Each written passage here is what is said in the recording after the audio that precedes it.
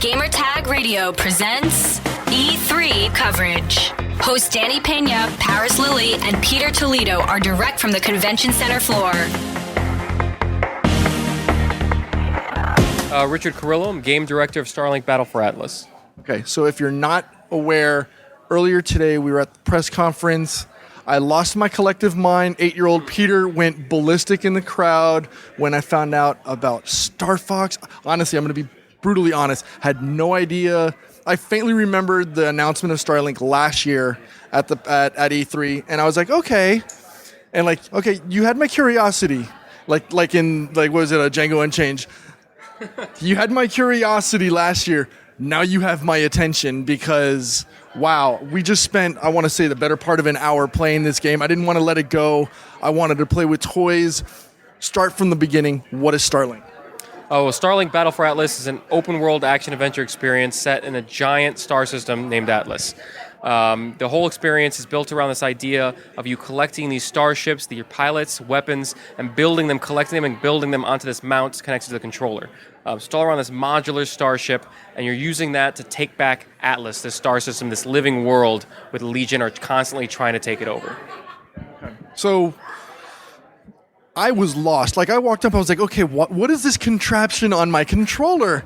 And then, our co-pilot, as they were called, started he was like, all right, you got to assemble your ship. You got to choose your characters. Talk to me. There's 5 characters? Well, there's 5 characters we're showcasing today for our demos. Each one has its own unique and powerful pilot ability. Each one has its own unique style for their skill tree that you'll level up throughout the entire game. For example, we have Chase. She's a old racing pilot who's all about speed and precision. So if you're that ace pilot fantasy, if you love precision in games, you want to pick that pilot because her entire skill tree is built around it. If you want a really defensive, tanky pilot who can take a lot of hits and dish out even more against bosses, things like that, you want Judge. Judge and his slow time ability makes him a great great character against boss fights. Yeah. Okay, so each pilot has its own unique style of gameplay. All right. I played with Shade for the majority of the day until I found out about Judge, and then I was like, oh, I could stop time? Okay, I'm horrible at this game. This is the one I want. So, I had a great time with that. So let's go into the big news. Star Fox. How and where did that come from? So it actually all started last E3. We had a lot of Nintendo execs coming around our booth, really curious, loving the demo, and that led to really a meeting with Miyamoto in Japan where they just said, hey, pitch us something. They really wanted to work with us. We're excited about the IP. We're excited about the project. And, of course, we were extremely excited. So we were giddy and really wanted to try and build the best pitch possible. We pitched this idea of Star Fox as a guest in our world that really would complement our game. It felt like that character and our world really made a lot of sense for us.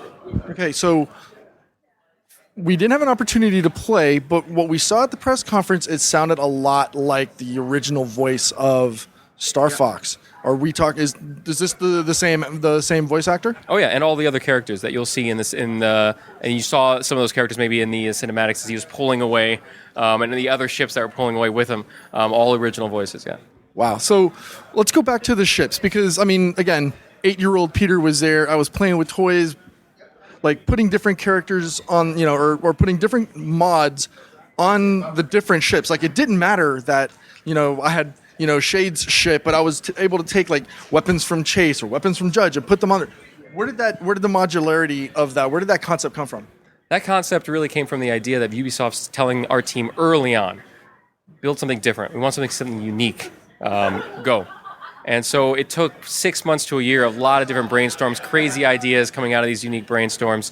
And we really latched onto this one. Actually, a couple of different ideas, and this one was one of them that we latched onto. Built sort of some Lego pieces onto a Wiimote with chips all connected, and building this sort of Frankenstein starship, and building a cool little demo where it's in space, and it's like, oh man, this is really engaging, really cool. You can take pieces off, put them on. Eve loved it, our CEO, Yves Guillemot. And that's really where it really caught on for us. Yeah, the thing that actually caught me, blew my mind was the fact that you could do this in real time. You could be in the middle of a battle, pull off, since the planet we were on, most of the enemies were frost based. Yeah. So I had already put the frost missiles on one side of the ship. yanked them off, put on a fire cannon, and boom, all of a sudden I'm starting to do damage, and that was so fun. I love the modularity of that. Can you do that with characters as well, in case like you're maybe, for example, I switched from Shade to Judge. Is that something that was an original design concept for you guys? Oh, yeah, definitely. We always had this idea of freedom, modularity, the ability for the player to take things off in real time, put them back on. Actually, in this demo, by default, it pauses the game when you pull things off. You can actually turn that off.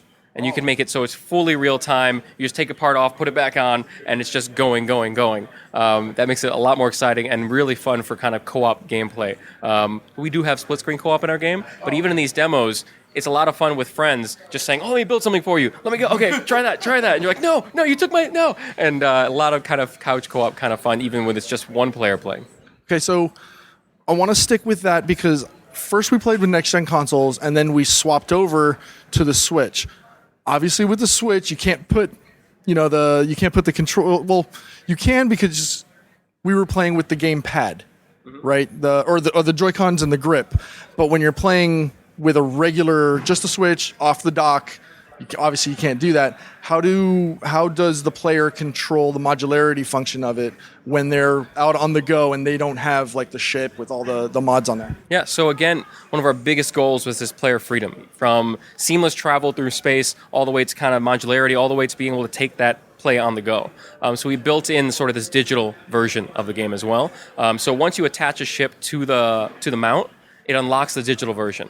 And so when you want to play on the go, you feel free to take those Joy-Cons out, put them on your Switch, walk around, and now you can play the digital version and swap those parts digitally. All right. Well, I'm excited. Is there a launch date for the game? Yeah, it's October 16th on Xbox One, PlayStation 4, and Nintendo Switch. I cannot wait. And before we go, what is your favorite character in ship? My favorite character, it changes. It honestly changes a lot. My favorite character right now is Shade. Because of the vanishing ability, and her entire skill tree is built around you being able to get that back so you can vanish in and out of combat a lot. And her ship, Nadir, I don't know if you got to play with it. This outlaw ship. It's one of our fastest ships in a straight line. Not so good at the handling, but man, you can go around the planet super fast. And it's an outlaw ship, so they have this visceral sort of motorcycle type engine sound. And it just feels good playing with that ship. So I love that ship. Cool. Well, thank you once again for taking time out of your busy schedule. Let me let you get back to work, and then have a great rest of your E3. Oh, thank you. Send us your feedback or questions. Give us a call at 786-273-7GTR. Email us at fanmail@gamertagradio.com or leave a message on speakpipe.com/gamertagradio.